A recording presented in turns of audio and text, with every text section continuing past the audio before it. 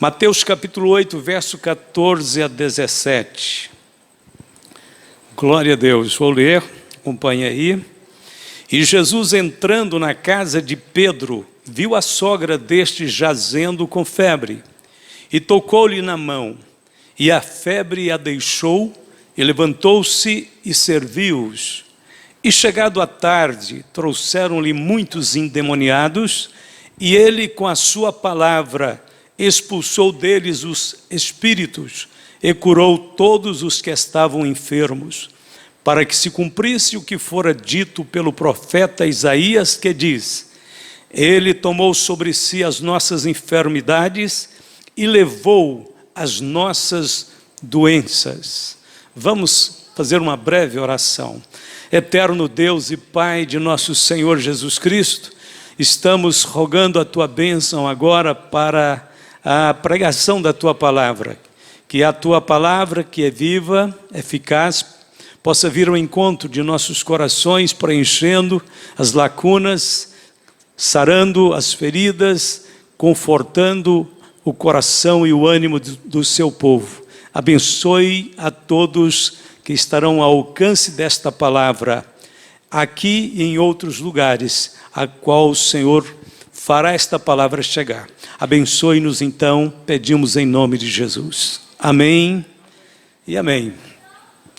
Jesus tinha proferido o grande sermão do monte, e agora ele retornava para a cidade.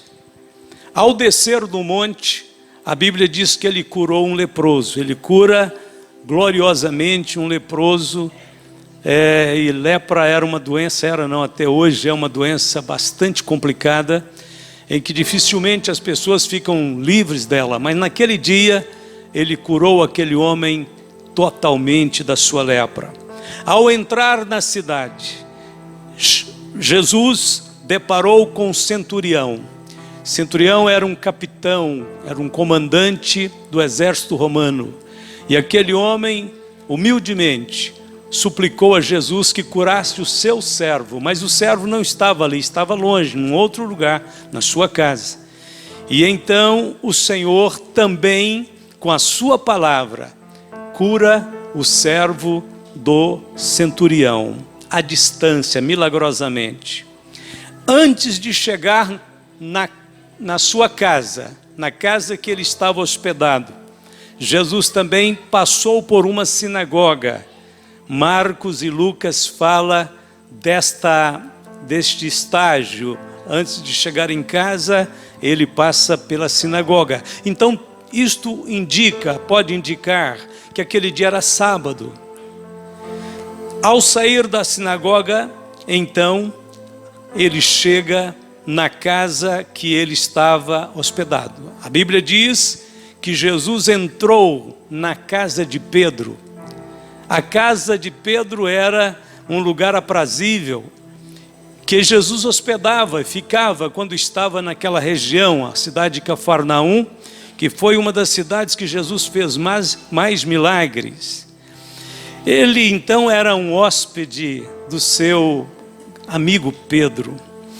O ato de Jesus entrar na casa de Pedro nos lembra a encarnação, a vinda de Jesus Cristo a este mundo.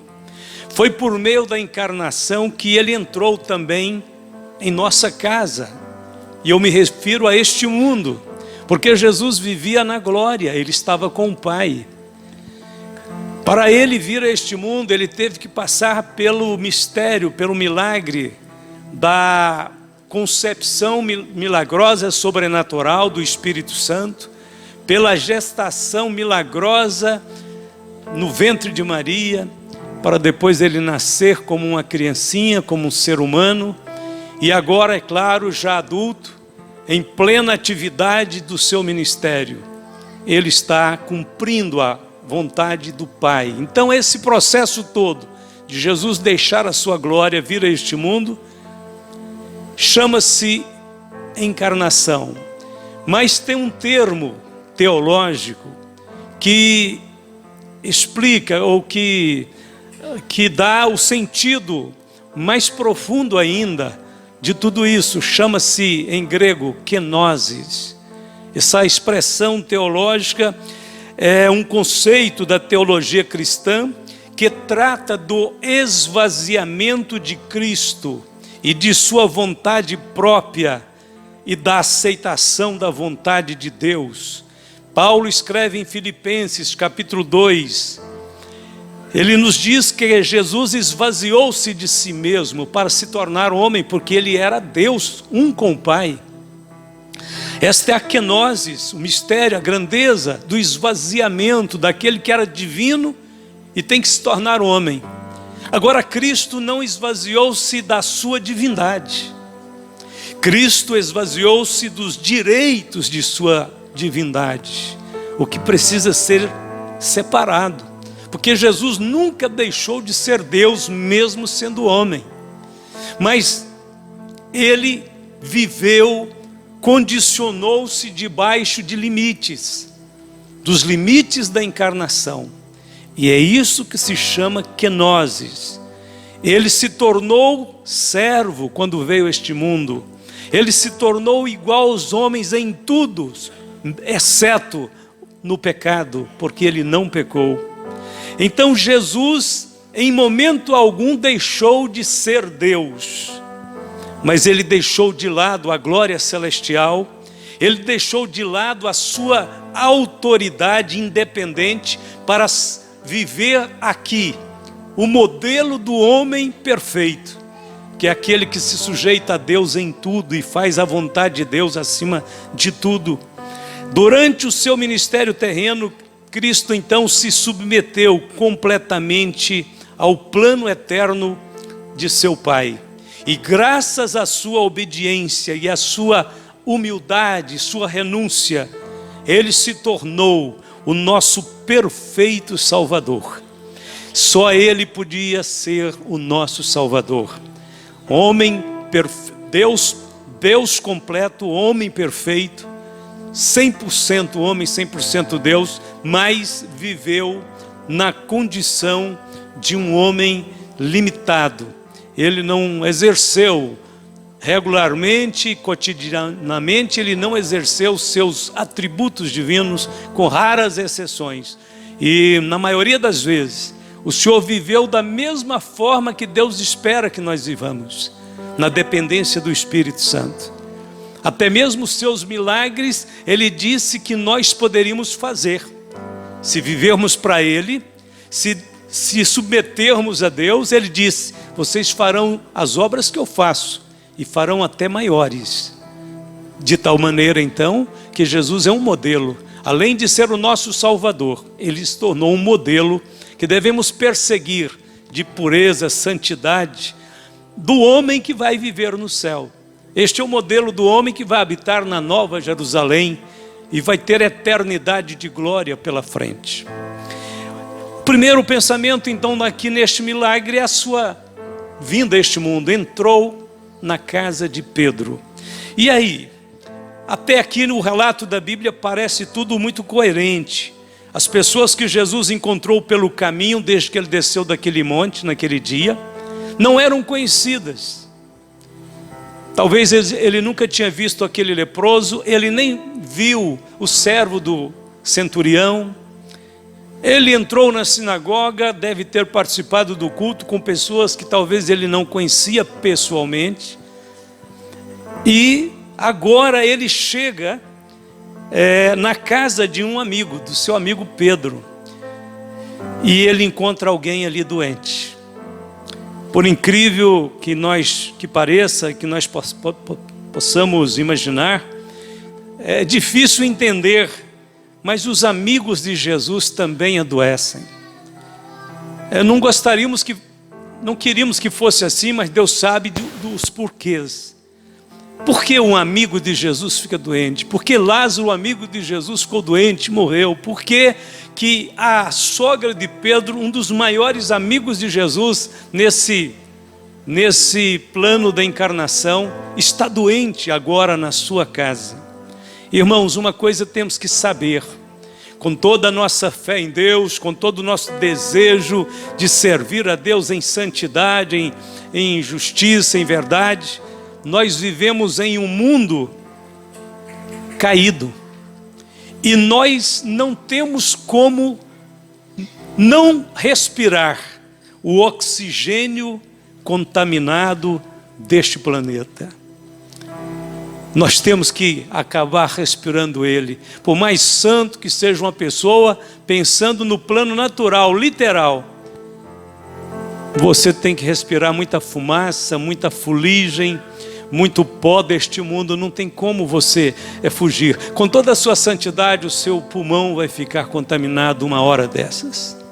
Mas pior é que, além da gente às vezes contaminar o corpo, órgãos do nosso corpo com a poluição, com as coisas ruins deste mundo, às vezes a gente também acaba contraindo doenças, fraquezas, debilidades. Isso não é sinal de pecado, não é sinal de que Deus não está conosco também.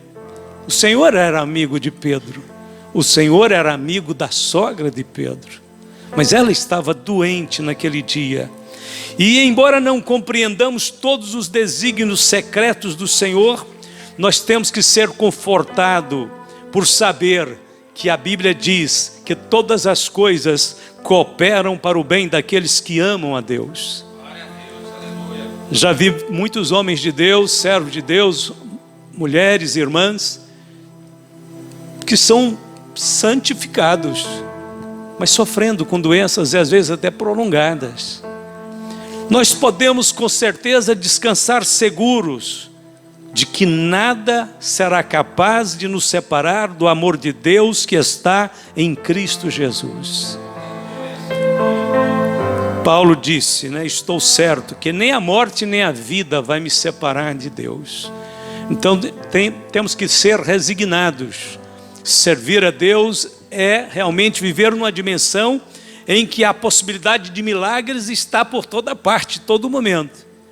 Mas se você clamar uma hora por um milagre, ele não chegar na hora que você clamou, continue crendo e continue certo que nada te separará do amor de Cristo. Mas tem mais um detalhe. A Bíblia diz que além do mundo material carregado de poluição, de doenças, de vírus, de bactérias que podem nos afetar, mesmo sendo amigos de Jesus, nós ainda temos que enfrentar um mundo espiritual decaído. A Bíblia diz que naquela tarde em que Jesus curou a sogra de Pedro, naquela tarde ele teve que expulsar muitos demônios. E chegado à tarde, trouxeram-lhe muitos endemoniados, e ele com a sua palavra expulsou deles os espíritos. Aqui agora já não estamos falando do mundo material com suas bactérias, com seus vírus, causadores de doenças físicas. Aqui agora estamos falando de seres, de entes espirituais da maldade, invisíveis, mas reais, que circulam, que operam, que transitam neste mundo e que procuram interferir na vida do ser humano. A Bíblia diz que trouxeram-lhe muitos endemoniados. Que lamentável, que triste que um ser humano criado à imagem e semelhança de Deus, feito com um propósito tão elevado, tão bonito, tão glorioso, este ser humano pode ser acometido se ele não tiver as devidas orientações na sua vida, e que muitas vezes ele começa a ter distúrbios lá da infância, porque não tem um pai, uma mãe que oriente, que o guie a temer a Deus, a confiar em Deus. E este ser humano terrivelmente prejudicado pelas circunstâncias da vida, vai crescendo às vezes como uma casa sem telhado, despreparado, desprotegido, e de repente num dado momento da sua vida ele se entrega a depravações mais piores, mais baixas.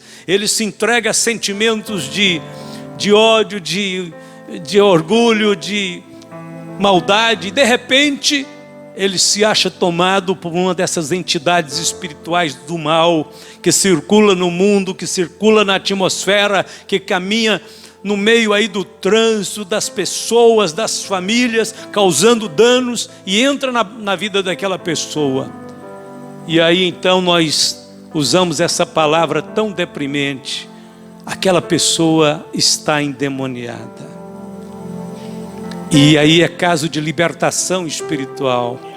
E aí é caso de Jesus intervir e mandar aquele espírito destruidor sair, porque ele quer alojar, ele quer assumir controle, ele quer destruir a pessoa. E aqui é o mundo espiritual, ele é uma realidade. Jesus enfrentou, a Bíblia diz que Jesus enfrentou Satanás no deserto, o chefe de toda este exército maligno que circula no universo. Eles vão ser destruídos. A Bíblia diz que o Senhor preparou o inferno para o diabo e seus anjos. Mas eles, por enquanto, não estão ainda neutralizados, não estão ainda presos. E eles ganham muita força e ganham muita razão na maldade do homem. Por exemplo, quando você vê falar em guerras, como estamos ouvindo falar nesses 2 dias para cá, você acha que são anjos do bem que fomentou a guerra? Não, foi anjos do mal que inspirou os homens malignos. Os homens malignos são devedores e responsáveis pelos seus atos. Mas eles acabam dando muito espaço e abertura para esses seres destruidores que gostam do mal. Então, aqui nesta passagem, nós encontramos que temos 2 grandes inimigos a vencer: um mundo material poluído, decaído, e um mundo espiritual rebelde contra a vontade de Deus, que se tornou o mundo dos seres opressores, causadores de pensamentos de suicídio, de guerras, que tem causado dor à humanidade, feito um lastro de sangue em toda a história, e nações inteiras têm sido dominadas muitas vezes por eles. Aonde proteger-se, aonde guardar-se? Aí já não é uma casa material, não é apenas estar dentro de um prédio que ficará protegido dele. Aí precisa estar debaixo do sangue de Jesus. Aí precisa estar debaixo da soberania e da graça de Deus. É esconder em Cristo, é esconder debaixo da mão de Deus. Então naquela tarde Jesus expulsou muitos demônios. Por quê? Porque Jesus tem autoridade sobre o mundo espiritual. Glória a Deus. Jesus disse que você não precisa temer o mundo espiritual, você tem que ter cuidado com ele, não pode abrir espaço para ele, não dar direitos para ele. Mas Jesus disse: eis que vos dou poder para pisar serpentes e escorpiões e toda a força do inimigo, e nada vos fará dano algum. Ou seja, Deus te capacita e te fortalece para repreender e expulsar esses espíritos invisíveis. No menor indício deles, você pode orar e dizer: Deus, em nome de Jesus, eu repreendo todo o mal que estiver nessa casa, que estiver neste lugar, eu repreendo e mando embora agora, em nome de Jesus. Sai todo o mal. Eles escutarão sua oração e respeitarão quando você disser em nome de Jesus. Em nome de Jesus. Jesus disse: pisarão serpentes e escorpiões. O que tem mais neste mundo é serpente e escorpião. Quando você sai de casa, é arriscado você deparar com serpentes e escorpiões antes da primeira esquina. Então tem que ir com Jesus. Tem que pedir Jesus para sair com você quando se levantar de manhã, ir para a escola, ir para a faculdade, ir para o trabalho. Diga: Jesus, vamos comigo, Senhor, eu não vou sem o Senhor. Vai na minha frente, Jesus. Você já viu pessoa que te odeia de graça? Já viu pessoas que se tornam inimigas suas sem razão nenhuma? Império do mal, maligno.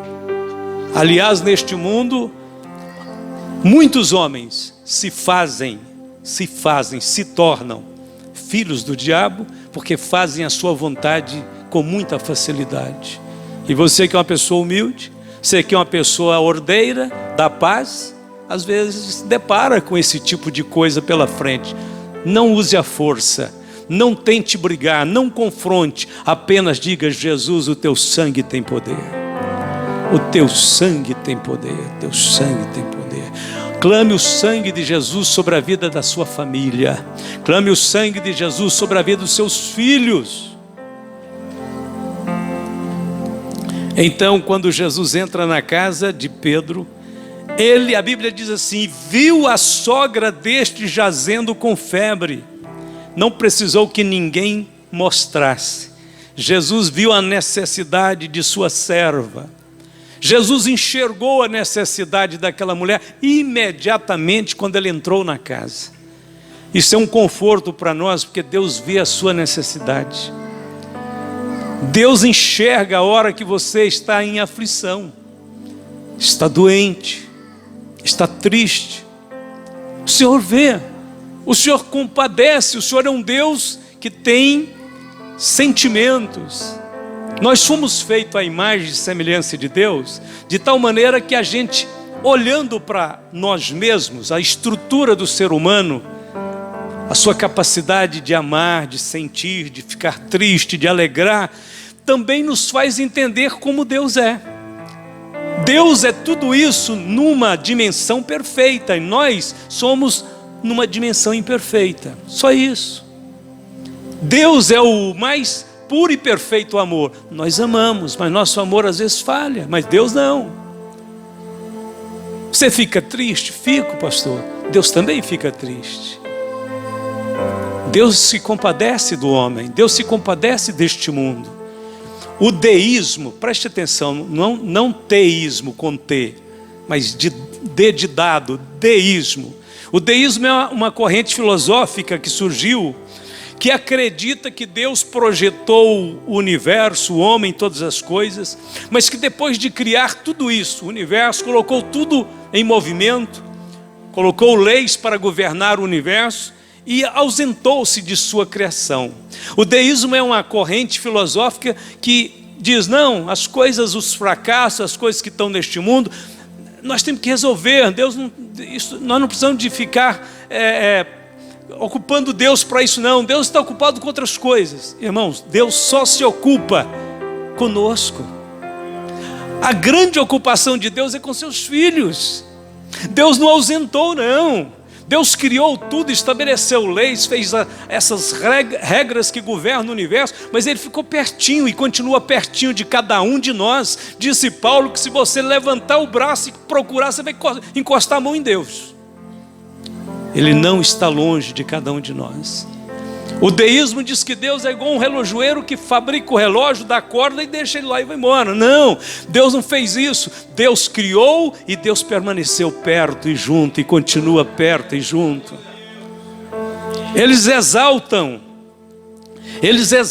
o poder de Deus, a sabedoria de Deus, mas eles negam a sensibilidade de Deus. Isso é uma crença errada. Deus, nosso Deus é um Deus sensível. Olha o que a Bíblia diz. Misericordioso e piedoso é o Senhor, longânimo e grande em benignidade, não repreenderá perpetuamente, nem para sempre conservará sua ira. Não nos tratou segundo os nossos pecados, nem nos retribuiu segundo as nossas iniquidades. Pois quanto o céu está elevado acima da terra, assim é grande a sua misericórdia para com os que o temem. Quanto está longe o Oriente do Ocidente, assim afasta de nós as nossas transgressões. Olha o caráter de Deus, olha o sentimento de Deus. Como um pai se compadece de seus filhos, assim o Senhor se compadece daqueles que o temem. Pois Ele conhece a nossa estrutura, lembra-se de que somos pó. Eu estou lendo no Salmo 103. Deus está elevado sim, Deus está elevado sim, acima de tudo. Isto é bíblico, mas não podemos ensinar que Deus apartou dos homens, apartou da sua criação. Nós precisamos entender dois centros em Deus.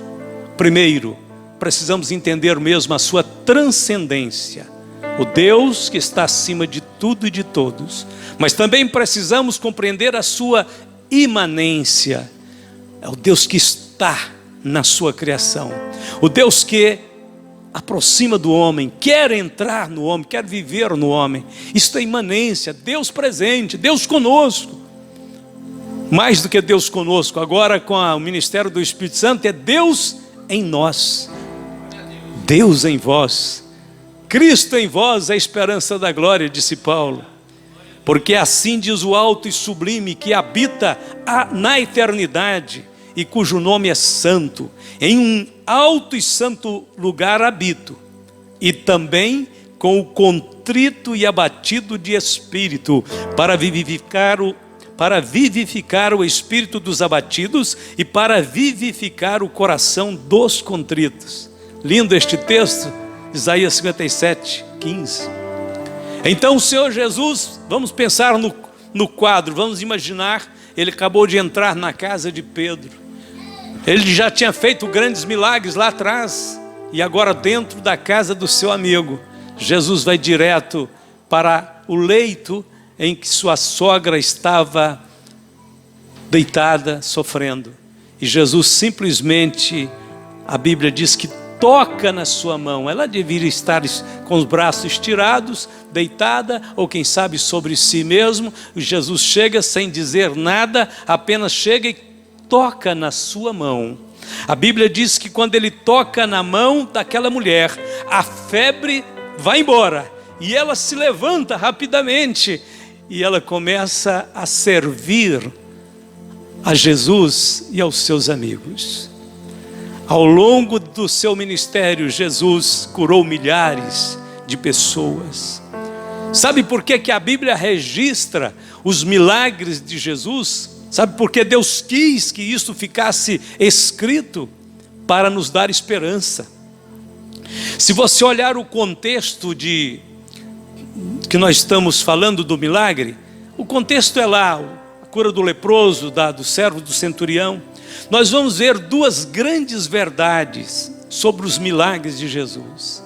A primeira verdade é que Jesus pode curar. Diga comigo, Jesus pode curar.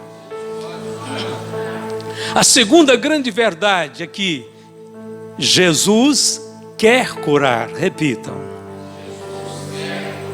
Então Jesus pode e Jesus quer. Porque o grande problema, e Jesus enfrentou, houve essa questão naquele dia, quando o leproso encontrou com Jesus. A Bíblia diz que ele veio e adorou Jesus e disse: Senhor, se quiseres, podes tornar-me limpo. Aquele leproso não tinha dúvida do poder. Ele disse: se quiseres, podes. Mas ele tinha dúvida da vontade. Se quiseres era uma interrogação. Ele não sabia se Jesus queria. Mas se quiseres, podes. E Jesus corrige aquele leproso imediatamente. Sabe o que ele diz? Quero ser limpo. Então Jesus tanto queria curar, podia curar. Ele podia fazer, ele tinha todas essas prerrogativas. O querer dele é sempre o melhor para nós. Ele sempre quer. E ele sempre pode. Bem diferente dos homens, né? Nessa vida aqui, nessa experiência nossa aqui, tem gente que pode te ajudar, mas não quer. Nem interessa. Outros querem, mas não podem. Tem tanta pessoa que te ama e diz: se eu pudesse te ajudava.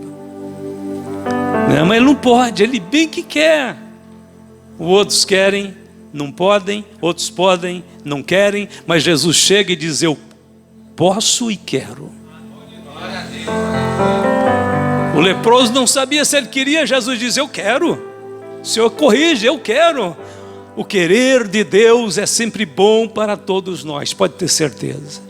Jesus sempre quer o melhor para nós. E no caso do centurião de Cafarnaum, quando o centurião chega junto dele e roga a ele dizendo: Senhor, o meu criado jaz em casa paralítico, violentamente atormentado.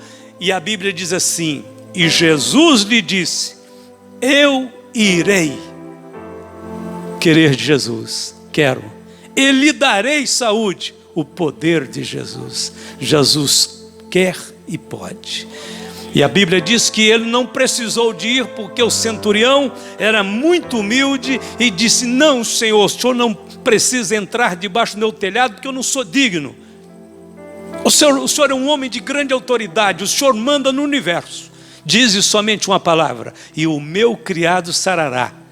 E então o Senhor diz uma palavra que é decisiva em todos os milagres. Então disse Jesus ao centurião: vai, e como creste, te seja feito.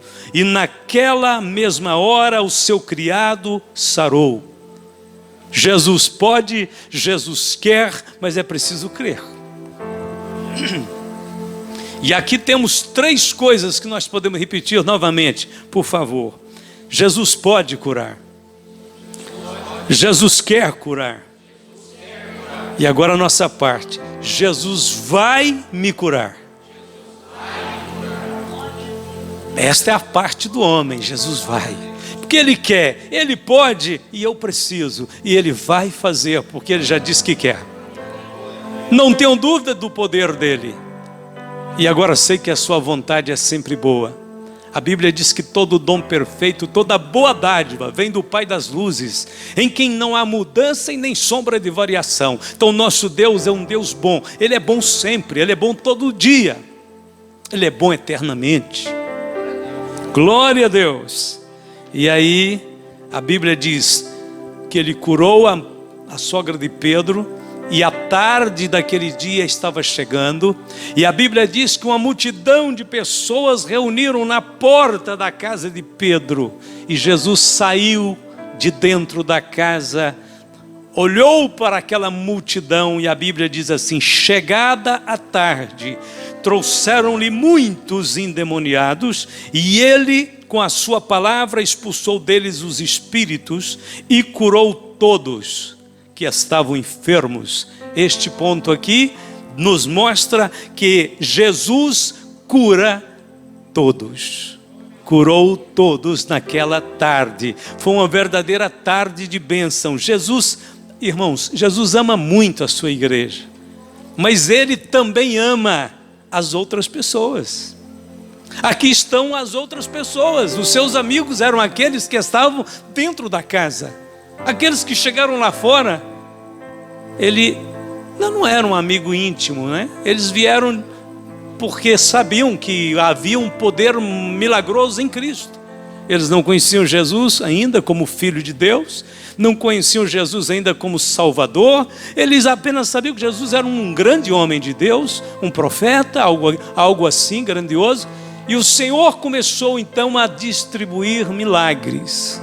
E foi curando a todos, libertando, tirando espíritos perversos, mandando embora, as pessoas iam ficando libertas, dando glória a Deus, ia sarando, ia se levantando, renovando. E então aquela tarde, o amor e o poder de Deus se estendeu sobre todos que estavam ali, mostrando que a graça de Deus é para todo este mundo, é para todos os homens, é para as mulheres, é para os ricos, para os pobres, é para todas as raças, nações e línguas. Que glória, que bênção. Nós somos representantes da mensagem mais gloriosa que existe, irmãos. A mensagem da aceitação, a mensagem da não exclusão, da inclusão no reino de Deus, na inclusão da verdade de Deus, na inclusão da luz. A verdadeira inclusão que a Bíblia prega é a inclusão de todos em torno da verdade, de todos em torno da pureza, da fé, do amor de Deus. E a última coisa para terminar, lá no finalzinho Mateus diz o seguinte: e Ele curou a todos para que se cumprisse o que fora dito pelo profeta Isaías, que diz: Ele tomou sobre si as nossas enfermidades e levou as nossas doenças. Mateus conhecia a Bíblia, Velho Testamento, e ele lembrou da profecia de Isaías 53. Quando ele escreveu o seu evangelho, ele disse: olha, Jesus cumpriu literalmente o que está em Isaías. Só que eu quero ler mais um versículo de Isaías que Pedro não mencionou. Pedro focou aqui só o lado dos milagres. Eu quero mostrar que Isaías, no próximo versículo, Pedro menciona Isaías 53, verso 4. No verso 5, olha, no verso 5, Isaías diz o seguinte: mas Ele foi ferido pelas nossas transgressões e moído pelas nossas iniquidades. Isaías está tratando, logo depois de falar da cura física, Isaías está falando que a obra de Cristo, fundamentalmente, foi uma obra para nos curar da transgressão, da iniquidade, do pecado. Então Isaías diz que ele foi ferido. Aonde ele foi ferido? Na cruz. A cruz, na teologia de Paulo, na revelação que Deus deu para Paulo, Paulo diz que a cruz é o poder de Deus para a salvação daqueles que creem, dos que creem no poder do sangue, no poder remidor de Cristo. Paulo fala que duas coisas é o poder de Deus. Ele fala que o evangelho é o poder de Deus, mas ele fala também que a cruz é o poder de Deus e a sabedoria de Deus. Então Isaías deixa bem claro que a fonte, a origem de todos os milagres de Jesus é a cruz. São oriundos da obra da cruz. Jesus pode curar, por quê? Porque antecipadamente ele já estava antecipando a nossa redenção. Porque a verdadeira cura abrangente e completa tem a ver com a salvação e a redenção do corpo.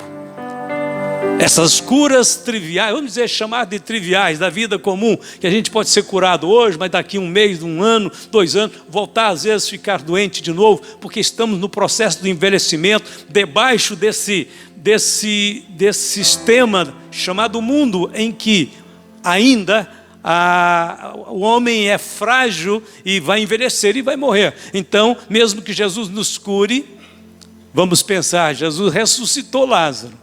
Mas Lázaro depois morreu de novo e morreu definitivamente para não voltar mais. Então todos estes milagres são oriundos da cruz, mas na cruz nós encontramos o milagre definitivo e para sempre, porque na cruz o Senhor oferece para você a esperança da vida eterna. Na cruz, Jesus oferece para você o caminho para chegar no céu, aonde você vai ter um corpo incorruptível e vai viver eternamente com Deus. E daí porque, se a gente ora pedindo a Jesus um milagre, a gente pode insistir e continuar crendo que Ele quer e pode curar. Mas de repente, alguém fica enfermo e parte para a eternidade e morre. Aí você diz: o senhor não curou ele. Não, irmãos, aí é que Deus curou de verdade. Porque Paulo disse que ainda que se essa casa terrestre se desfizer, nós temos um edifício feito não por mãos humanas, mas eterno nos céus, preparado para nós. Paulo está falando de um corpo glorioso, de um corpo igual ao de Cristo. Ele disse: a nossa cidade está nos céus, onde aguardamos o Senhor Jesus Cristo, que transformará o nosso corpo corruptível à semelhança do seu corpo incorruptível. Então não fica preocupado nem com medo, porque Jesus pode curar a doença, Jesus pode curar a enfermidade, curou a sogra de Pedro, curou dezenas e centenas naquele dia, e vem curando ao redor do mundo, e o Senhor gosta mesmo de fazer grandes milagres, mas o maior de todos os milagres é um dia estarmos eternamente livres do envelhecimento, da dor, da possibilidade de doenças, e estarmos com Ele no céu. O Senhor diz que fará nova todas as coisas, e naquele lugar não haverá mais dor, não haverá mais lágrimas, não haverá mais tristeza, não haverá mais separação, não haverá mais nada que possa nos oprimir. Nós seremos livres para experimentar a plenitude de Deus, para vivermos. Imagine na eternidade, vivendo a plenitude da salvação de Cristo em um corpo glorioso. Você vai viajar à velocidade do pensamento. Em qual veículo, pastor? No seu próprio corpo. Se eu quero ir agora lá para Israel, e você pensa apenas e vai. Isso vai acontecer com salvos. Os homens e as mulheres que receberão o corpo incorruptível. Sabe qual é o modelo glorioso da vida eterna?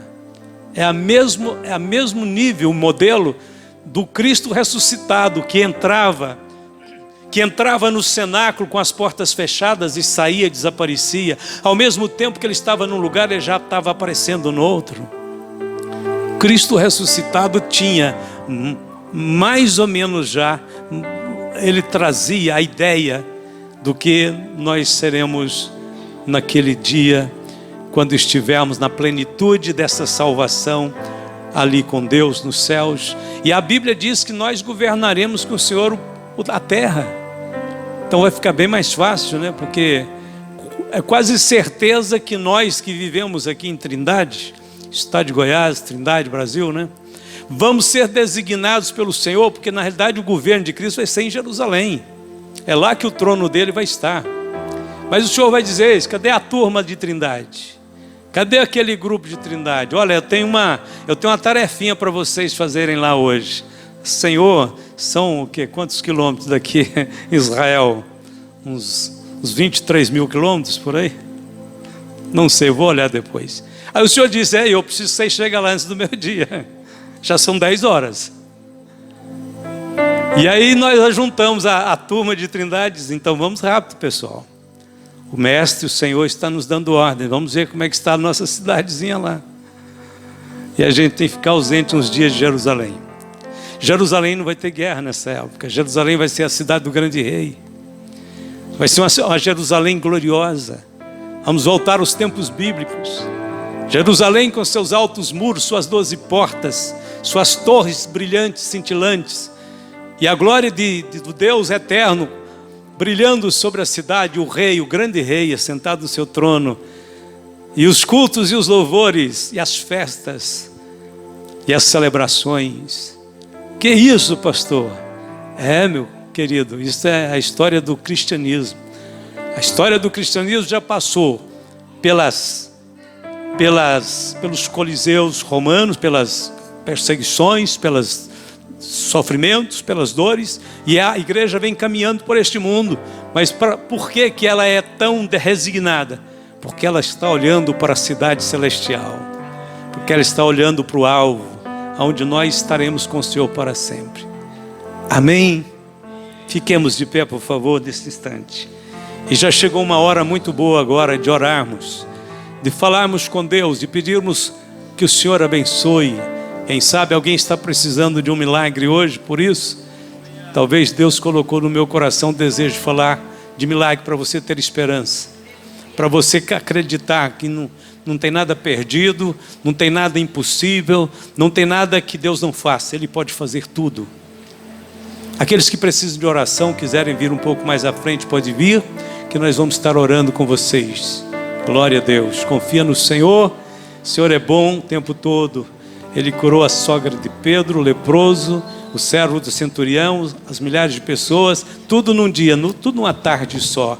Ele pode fazer isso num momento somente. Agora é hora de nós pedirmos o Senhor para caminhar aqui entre nós, estender as mãos, sarar, fortalecer, abençoar. O Senhor é forte e grande. Eu pedir 2 ou 3 obreiros que sentem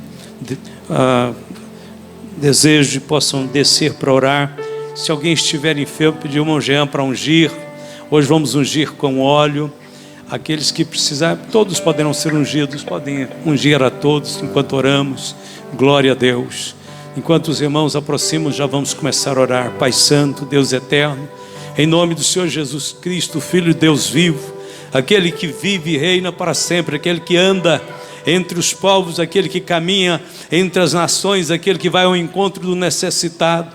Estende as tuas mãos, Senhor, nesta noite para curar, para abençoar, para repreender, Senhor, a fraqueza, as debilidades, para ministrar a vida de seu povo, Senhor, a alegria verdadeira, a força, o entusiasmo e a renovação. Vai estendendo as tuas mãos, Senhor, vai abençoando cada um dos meus irmãos, aonde estiver uma pessoa necessitada, onde estiver alguém aflito, Espírito, que agora o poder de Deus chegue até aí, dando a este coração conforto, a certeza que Deus é maior do que as aflições, do que os inimigos, do que as perseguições, maior do que todo o mal. O Senhor vence esta batalha por ti, o Senhor peleja pela tua vida, o Senhor toma pelas tuas mãos e te chama de filho e de filha. Em nome de Jesus repreendemos os espíritos de enfermidade, os espíritos de violência, de perseguição, de maldade, injustiça.